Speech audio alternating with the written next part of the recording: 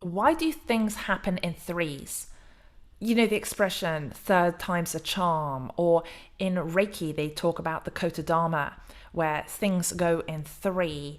And we've had two crashes so far for crypto in this month and in this past 30 days. And so can we expect a third? And then what does that mean? Does that mean that we are really going to go much lower?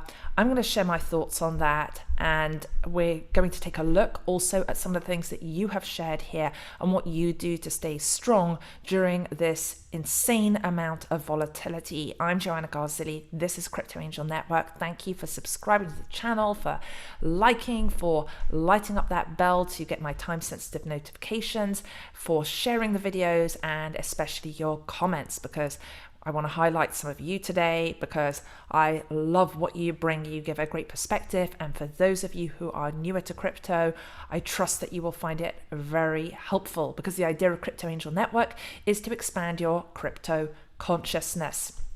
I'm going to go ahead and share my screen. And what we're going to start off with here, besides some other news that I'm going to show you, besides the technical, is as follows. Let's just take a look here, and we're going to go into the Bitcoin chart just to look at overall, because definitely at large, what is happening with Bitcoin now is affecting everything else in crypto. And a couple of days ago, if we go back, that if we just move, let me see if I can move this back more here. We were actually moving, let me see if I can get rid of that one. We were moving between here and here, going sideways for a few days with a range of about 3.5%. Then we came down, trended downwards some more, and we were trading between 5.5%. And now we are, right now, as of now, we have started to move back up out of this. So we didn't keep going sideways. I wondered, one of the things that I thought was, were we going to go sideways for another 2-3 days?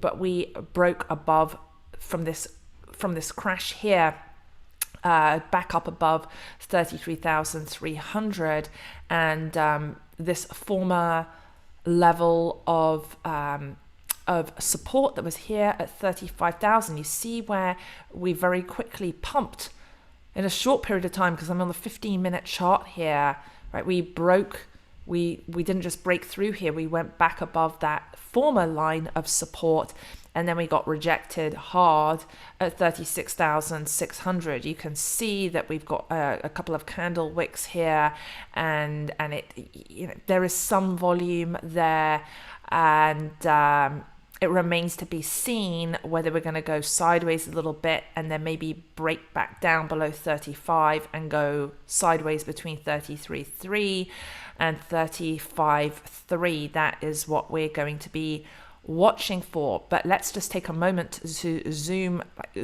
out, and I'm going to switch to the hourly on that. Let me get rid of this. Hang on a sec, because I got this whopping thing here. Can I get rid of this? This was like hang on a sec. Let me get rid of that.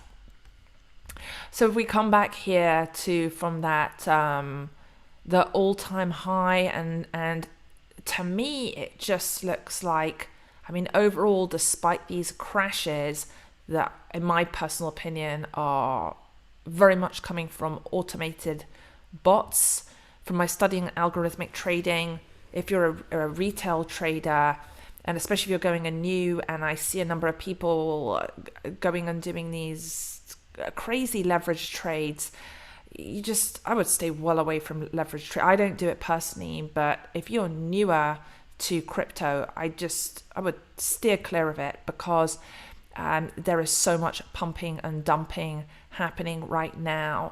And so, in terms of June, I'm going to show you some fundamentals of some news of why I believe, I would say for the rest of June, we could have some of this sort of ups and downs. I think that we could go through another sort of a mini crash again. Let's say, for example, we go for a crash, which I would be surprised if we go below 30,000. But let's say, for example, there's some panic because there's a third crash, and some people are talking about it going down to that earlier line of support at 20,000, 25. I don't imagine it would go any lower than that. I think that things, especially like right around in July, August, and I can't be specific with dates, but I think that suddenly things are going to pump like crazy, and we are going to go back up to that 70, we're going to go back up to that 70,000 mark. I will be very surprised if that by August we don't have a strong support of 50,000 around. I'd have to look at what those lines were, but somewhere in the 50s that is coming, that is imminent, and that this really there's no way. I know some people saying we're in a bear market and this is a bear market, but it just doesn't. I still believe that things are going to go to the upside for the rest of this year. It does not. I think that when all these heavier regulations come in 2022, we're going to have, from like mid 2022, we're going to have more of an experience of a bear market, not because things are negative or the prices are going to drop down 90%. To me, it feels more like because the regulations coming, you're just not going to be able to get those massive gains that people have been able to get in 2020 and in 2021. So I think it's going to be a slightly different form of what a bear market has looked in the past. It's just going to be that things are stabilizing. So let me come out of this a moment, and I want to go to why I think that in July, June, that we are going to go up to, that we are going to, have that new support of 50,000 and go back up to 70,000. Are we going to go in August up to 100,000? I don't know about that quite yet, but things can pump like crazy in a day, and then there's all the FOMO and everyone just like charges into it, and then what does that mean for everything else? I mean, of course, like then Ethereum should go back up. I wonder with Ethereum, will Bitcoin break out when it does have its breakout again above 70,000? What I think is that Ethereum could possibly,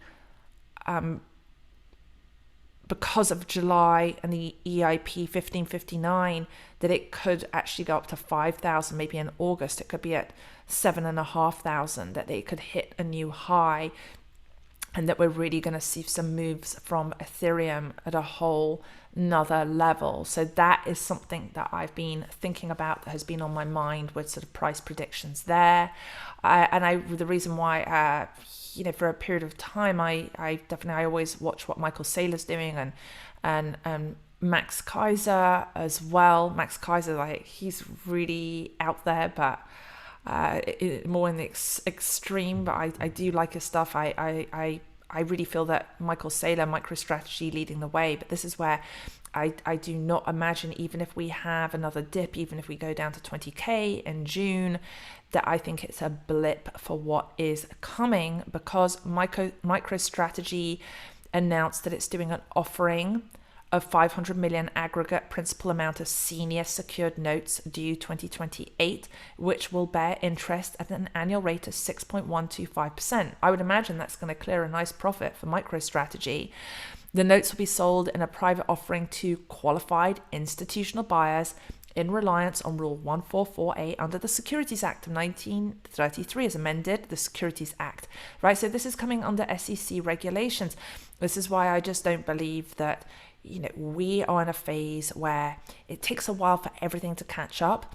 And I think that I do believe that we will hit six figures Bitcoin this year. I will be very surprised if we don't. It's just hard to see it when you're not there, and when things look really bearish. And so this is with Regulation S under the Securities Act.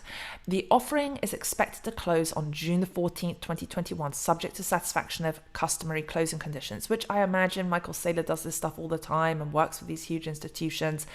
I am sure, can't guarantee it, but I'm pretty certain that that will complete. And so then what happens with that? So June the 14th, we're June the 9th right now. maybe there is like a week delay, and that is why I'm saying, are we going to have, maybe we're going to see some price fluctuations, some fake outs in the for the rest of June, where it is extremely volatile, and so people are newer to trading. They are going to be, retail is going to be super scared away. But this, I think, is like a last opportunity to get Bitcoin in capitulation, to get this massively discounted price. Because for anyone who is here who bought Bitcoin at the all-time high of close to 70 grand, they're going to wish that they had bought in at the price it is right now. And so I suppose, not investment advice, one could put a limit order in, for example, if it dips down to, 30, back down to 30, maybe something at 33, and then maybe at, like a bigger amount at 20 if you have funds on the sidelines. And this is going to be, the notes will be fully and unconditionally guaranteed on a senior secured basis jointly and severally by MicroStrategy Services Corporation. And let's just see. This is just the notes qualified institutional buyers. Let's just see. And that's it. So that's just the main information that I wanted to share with you with that I feel is a super bullish for Bitcoin. If Bitcoin was going to totally tank, and again, I'm speaking about Bitcoin here, but this really relates to Ethereum, to Cardano, everything. For those of you newer as well, that Bitcoin, and I'm seeing, I wonder, well, how does it really lead the way? But it does. Everything else is affected, down to meme coins. It does. It has an impact on the whole industry. And why would Michael Saylor go and put this offering out there if he thought it was all going to collapse and fall apart? He wouldn't. That would be the answer. He wouldn't. And so, we are just in a nascent phase of where Bitcoin and blockchain, DeFi at large, is coming into acceptance with the institutions. And in this space, it's all changed. This is why this is going to be the most volatile year ever. And then I believe it's all going to start to calm down in 2022. And I think that will be a good thing. It's going to be a bummer in terms of that, you can't get those. You're not going to be able to get those same amount of massive gains unless you're doing really good fundamental analysis and you're really clued in on blockchain and DeFi and you're able to spot those excellent projects. So you let me know in the comments, what do you think? Can you see that Bitcoin and the market at large, that we're going to really start to pump and move back into that, not euphoria, but to the upside for July, August? Do you think it can happen in June? What are you forecasting? What are you laying out? And so I look forward to seeing your comments on that. And I am sending you lots of love.